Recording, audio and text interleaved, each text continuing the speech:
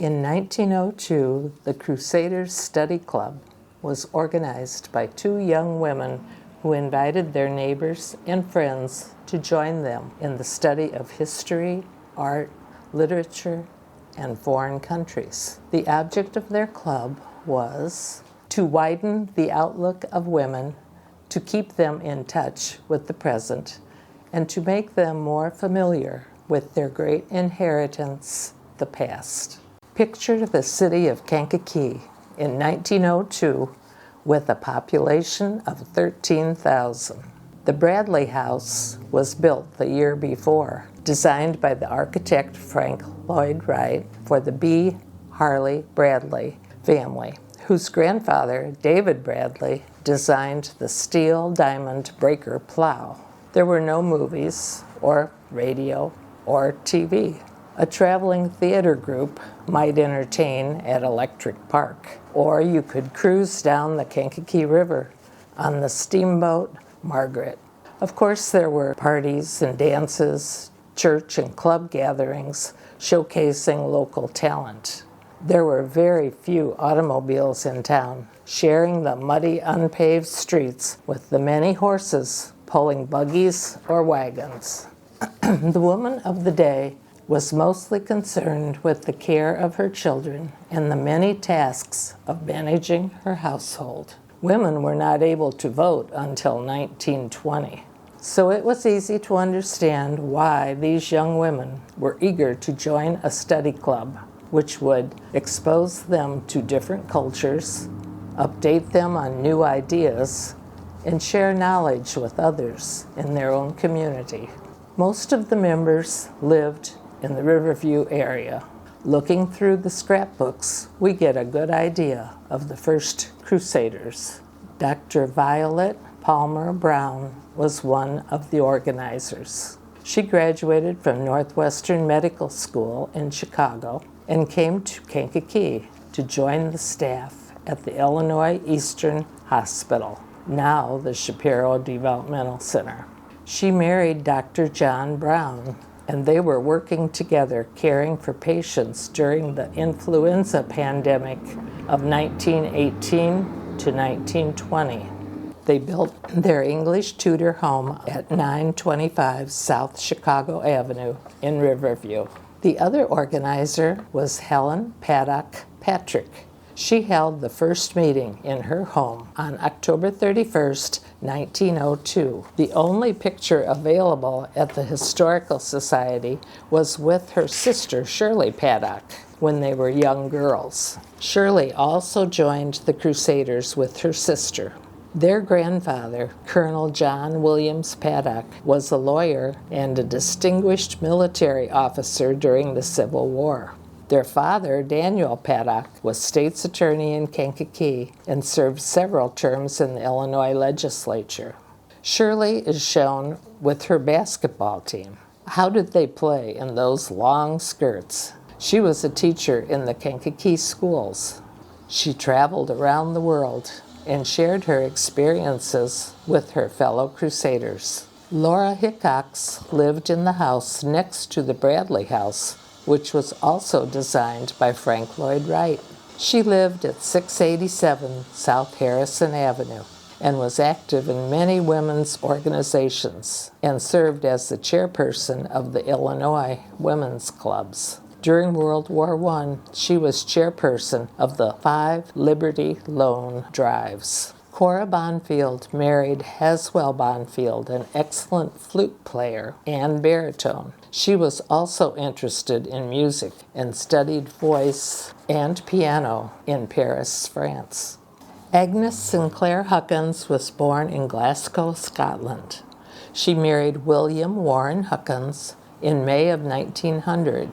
He had a coal business and farming interests. She is pictured with her daughter Margaret. She and her family lived at 761 South Chicago Avenue. Mabel LaCour and her husband Edward were popular young people who owned one of the first Cadillacs in town. They belonged to a group of early motorists who would meet on Sunday mornings and caravan to Joliet or neighboring towns to picnic in style. They lived at 745 South Chicago Avenue. Mary Louise McLaughlin Taylor married Walter McLaughlin in April of 1900, and he died in 1914. Her second marriage was to Herbert Taylor, who owned the tile and brick company between Kankakee and Aroma Park. He died in 1932, so Mary Louise was a widow for 29 years until her death. They lived at 985 Cobb Boulevard. Harriet Schneider was married to Will Schneider in June of 1898, and they lived at 812 Cobb Boulevard. He was a court reporter for more than 50 years.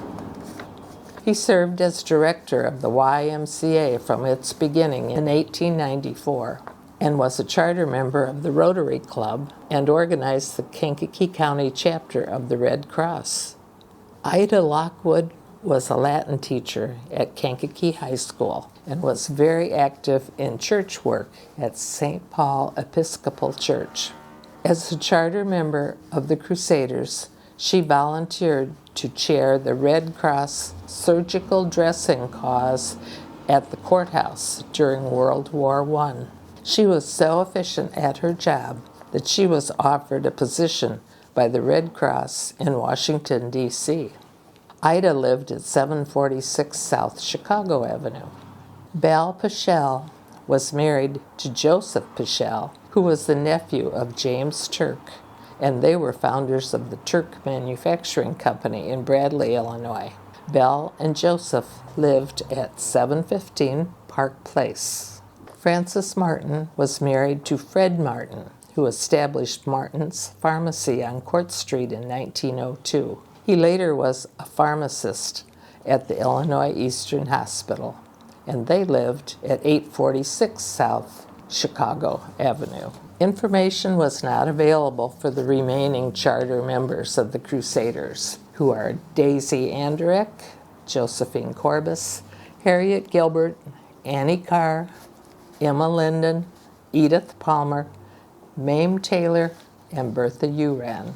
The scrapbooks contain all the program booklets since 1902, with the exception of the years 1918 to 1920 during an influenza pandemic. There are no comments about the pandemic except for the missing books. We are missing one program book in 2020 due to the COVID-19 pandemic. We still follow some of the same procedures as the first year. In 1902, the program booklet was printed at a print shop, and it's very plain and formal. The names were listed by the husband's first name, like Mrs. Haswell Bonfield, instead of Mrs. Cora Bonfield. But the single women were listed by their first name, like Miss Shirley Paddock or Miss Bertha Uran. This continued until the 40s. Through the years, the booklets became more colorful with artwork on the cover or wallpaper or pictures appropriate to the theme they were studying. They were typed or even handwritten in some years to save money. The number of members was restricted to 20, but due to many being interested in joining, they raised it to 30. After 15 years, you can go to an honorary status, which means you still attend meetings, but you do not have to present a study or serve as hostess. The procedure for becoming a member is still followed. You can propose someone to join by recommending them at a meeting, and at the next gathering, a vote is taken. If the result is yes, the person proposing a new member will then invite them to become a Crusader. Dues of $1.75 were charged at the opening meeting, and there were 2 meetings a month. If you arrived after roll call, you were fined a nickel. Missing 3 meetings meant you were no longer a member. Original meetings were held at 4 o'clock in the afternoon in the home of the hostess, and 2 members gave a presentation on the topic that was assigned by the program committee at the beginning of the year. One year you would be a presenter, and the next year you would be a hostess. Now we only have one presentation at each monthly meeting at 1 o'clock. Dues are $20 a year. In the beginning, they would have a musical performance or poetry or a dramatic reading for entertainment after the studies were given. Then the hostess provided an elegant dessert or finger sandwiches and coffee or tea served by the president of the club. A formal silver tea service and linen napkins and your best china and silverware were used. The Crusaders wore the latest fashions of the day, including hats and white gloves. Then it was time for the discussion of the topic of the day and socializing with your fellow Crusaders. Many special events were held in conjunction with the theme of the year.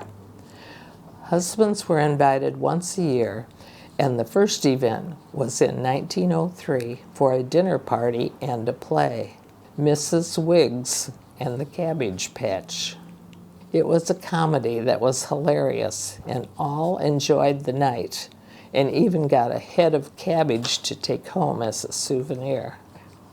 After a study on Russia, members made a snow palace out of the living room, covering the walls with white cotton batting and dusting it with diamond dust to resemble snow, and they enjoyed Russian food and drink.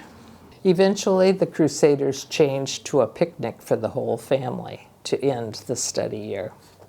In 1925, the Crusaders took a field trip to Chicago to the Art Institute to have a guided tour with Pauline Palmer, who was Dr. Palmer Brown's stepmother. She was a gifted artist of portraits and landscapes and had several of her paintings exhibited there. After their tour, the ladies enjoyed lunch at the Piccadilly restaurant on Michigan Avenue. What an undertaking it must have been to travel to Chicago. Perhaps they took the train into the city. Today's Crusaders also have taken field trips to the Dwight Museum after our study of Route 66 and ate lunch at the Route 66 Family Cafe. We toured the Dry House Historical House in Chicago to end our study on America's great homes. Recently, Crusaders took a tour to the city of Streator, Illinois, for a bus tour of the Wall Dogs, murals that depict history and famous people of the area. We also toured the Weber House and Gardens, a storybook home built in 1938. Our guide was Ted Weber, a Chicago television and radio personality who grew up in the home and has now retired there. The highlight of our year is the Christmas meeting at the country club, when members invite their friends for a luncheon and a guest speaker. Programs through the years have been from historic to futuristic. The first year programs were about foreign countries and their cultures. Before World War I, it was all about America. In the 50s, it highlighted the 20th century woman in politics, religion, and science. The 60s featured the population crisis and the new education ideas in Kankakee schools, like the Head Start program for early childhood students and the Montessori methods of teaching. The 70s brought teenage drug addiction, women's lib, Shakespeare, and the American Indian, now known as the Native American. The 80s centered on founding fathers, the Smithsonian, famous writers. The 90s topics covered women in their world, the pioneers, primetime women, mothers of invention, and the changing etiquette. In the year 2000, the Crusaders were looking to the future with virtual classroom, surfing the web, robotics, global warming, and stem cell research. The 2010 decade included Route 66, mavens of the media, Kankakee authors, Immigrants in America, and America's Great Houses. During the COVID-19 pandemic, our study of treasures new and old was spread over 2 years. This year, our topic is Women of Influence, including Mother Teresa, Queen Elizabeth II, Julia Child, Amelia Earhart, and our leader, Dr. Violet Palmer Brown. Through the years, Crusaders have continued to help in many ways, like the members who met at the courthouse to make surgical dressings during World War I, and sending money for several years to provide milk for war orphans. In recent years, after a study on Africa, we collected $700 to provide mosquito netting to the Nothing But Nets program to help prevent malaria. When a tsunami devastated Japan, we collected $460 to send to the Red Cross to help those in need. Crusaders who have passed on have left great memories and some funny stories about meetings back in the day. They have also left lasting contributions to our community. Gretchen Charlton created the Gretchen Charlton Art Gallery at the Heritage Village in Kankakee for the community to enjoy art. Deanne Ziglis, an English teacher, served many years on the Moments Library Board, Kankakee Community College Board, and the Kankakee Valley Symphony Board. She is remembered for her comment, "The Crusaders are the last bastion of civility." Reva Small tells the story of the day the Crusaders came calling. It was 1954. I was working in my garden, and I saw 3 women. They were all dressed up, coming into my yard. I thought they were from the Episcopalian Church, and I couldn't imagine what they wanted with me. Everyone knew I was a Methodist. They asked me to join the Crusaders, and I did. And that proved to be the love of my life. Kay Preisel was honored for her extraordinary generosity to Riverside Hospital when they named the Kay Preisel Community Room in the Riverside Senior Care Facility after her. She had already received the Samaritan of the Year award 2 times for her gifts to Riverside Hospital. We always looked forward to Jane Zimmerman hosting our group. She had an elegant and formal table, and she always served cucumber finger sandwiches. Maxine Allison was a longtime nurse, and she had a wonderful sense of humor. At a Christmas luncheon, she invited her daughter as her guest. Right in the middle of a long, very serious speech about the Civil War, her daughter's phone went off. The ringtone sounded like a cackling chicken. As she scrambled to find it in the bottom of her purse, Maxine started giggling. Soon the whole table was laughing, and then all the tables around her were laughing, until the cackling finally stopped. The speaker didn't know what was happening. Ruth Schwartz was another Crusader with a great sense of humor. When her friend Maxine mentioned she had to give her home the white glove treatment because she was going to be a hostess for Crusaders, Ruth had an idea. She met the members outside as they arrived and handed out white gloves for each of them to wear to the meeting. Maggie Romery was a speech teacher in the Bradley district. She was very active with McNamara fundraising and sending school supplies for flood victims. She also volunteered for Catholic Charities. Another memorable presentation was by Evie Lemonager. Her subject was the famous designer Coco Chanel, and Evie appeared in a black bobbed wig, sunglasses, a Chanel-style suit with her trademark long pearls. It was a big hit. Emma Lou Lemon retired as an elementary school teacher and then started her next career as a volunteer. Riverside Hospital honored her and her husband Alan as Samaritans of the Year for their dedication, volunteering, and their generous donations to the hospital. Emma Lou was also very active on the Symphony Board and worked on their many fundraisers. Peggy Carlson was a music teacher in the Bradley district and very involved in volunteer activities, including singing at nursing homes and in her church choir. She was president of the symphony board and participated in many local fashion shows. She also volunteered at the Historical Society and for hospice. This is a picture of the Crusaders taken on our 100th anniversary. The Crusaders, who are now honorary members, have also made contributions to our area. Connie Ashline was named Citizen of the Year in 2015 for lifetime achievement for her outstanding leadership for health care in our community. She was the chairman of the board of Riverside Hospital when the new East Tower was opened in 2010. Kay Green was hired as an English teacher, and through the years she moved up to the position of the first female superintendent of the Kankakee School District. She was also named the Illinois Administrator of the Year.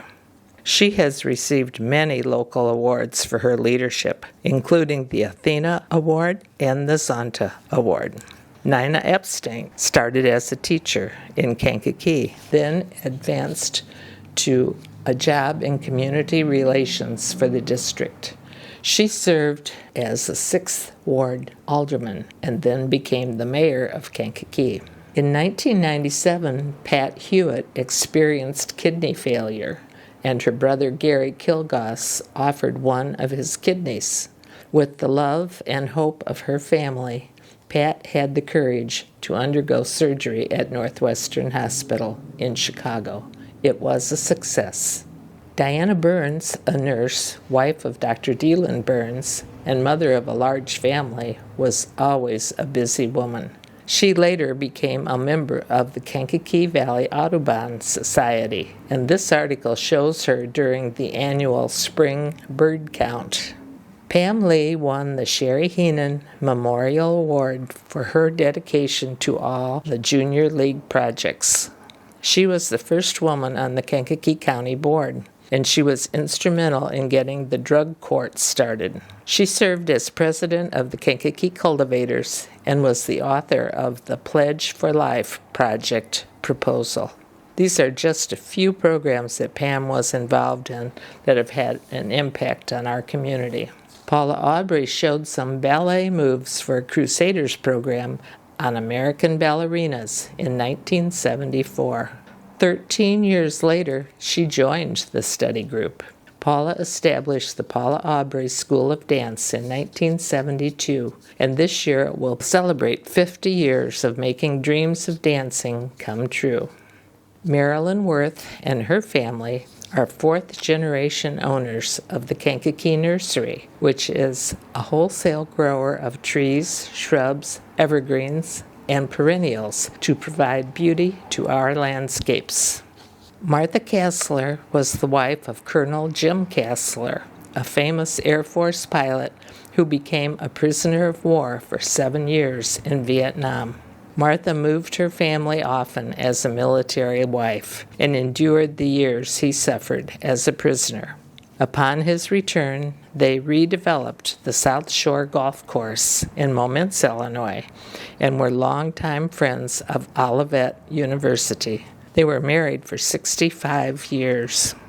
Joy Rose of Joy's Hallmark taught 3rd grade in St. George and the Bourbonnais districts. She has been a long-time volunteer for Riverside Hospital, serving as president of the auxiliary, and has served on their foundation and senior living boards. She's been active with Kankakee Cultivators, the Z Club of Zonta, and the Kankakee Valley Symphony Women's Board. Joy's Hallmark has always been the place to go to obtain tickets for fundraising events.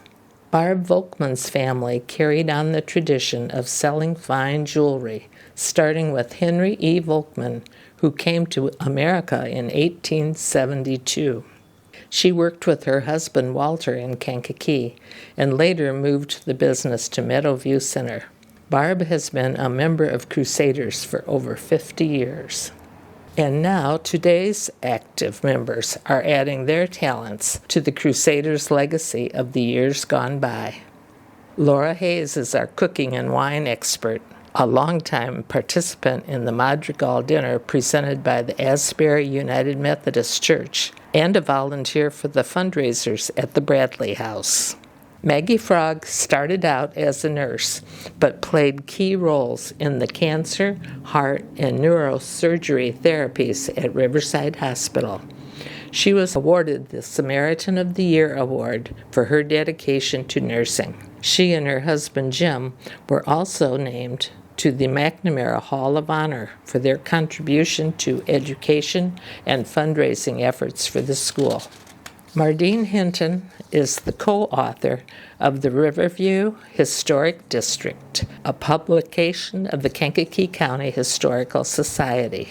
She also served on the Kankakee County Historic Preservation Commission. Jeannie Lindberg has a creative talent for flower arranging and has been an award-winning member of the Kankakee Cultivators. She is also an artist.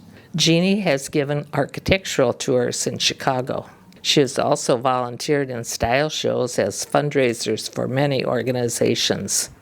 She has been called upon to be on the Crusaders Hospitality Committee, creating centerpieces. Maureen O'Connor was a kindergarten teacher in the Bradley and Bourbonnais schools. She was awarded the Servant Leader Award at St. Mary's Hospital for 26 years of volunteering, including the Auxiliary Board, school tours of the hospital for classes kindergarten through second grade, and teaching art to 3 to 5-year-olds at the Fortin Villa Daycare. Maureen was also on the committee that created the Exploration Station Children's Museum. Nancy Payne is pictured with the winners of a Ladies' League golfing event at the Kankakee Country Club. She is a world traveler and shares her interesting trips with her fellow members. Nancy was instrumental in finding a safe place at Westwood Oaks for the Crusaders to meet after the pandemic. Sue Offen is another talented golfer who is a member of Crusaders. She is often asked to be on the hospitality committee because of her expertise creating floral arrangements. Sue Smith was a teacher and also worked at First Trust and Savings Bank. She was active in style show fundraisers for many community organizations, served on the Kankakee Valley Symphony Board, and was active in Zonta Club. Cindy Smith is a nurse and is married to Dr. Milton Smith, an orthopedic surgeon. They are longtime supporters of the Youth for Christ program. Melissa Palmer organized a private fundraising campaign to replace 18 trees that were cut down in Cobb Park due to disease. Melissa started the Crusaders Communique, which is an overview of each program, including the minutes of the meeting, a summary of the topic presented, and a picture of the hostess and the presenter.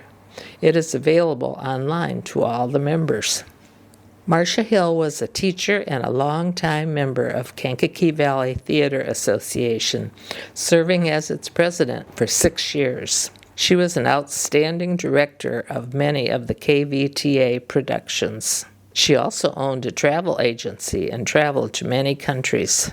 Marcia has served as the secretary-treasurer for Crusaders for many years. Lana Brown was a teacher at Bradley Bourbonnais High School. Her expertise was in communications and drama. After retiring, Lana managed the Urban Education Internship Program for Michigan State in Chicago. She also taught for Vanderbilt in Chicago. Lana also wrote a column for the Daily Journal for a few years and received the Zonta Leadership Award, among other awards.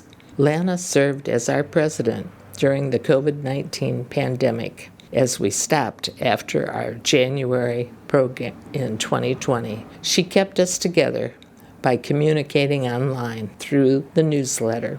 She agreed to a second term when we started up after the pandemic so we could finish the programs assigned the year before.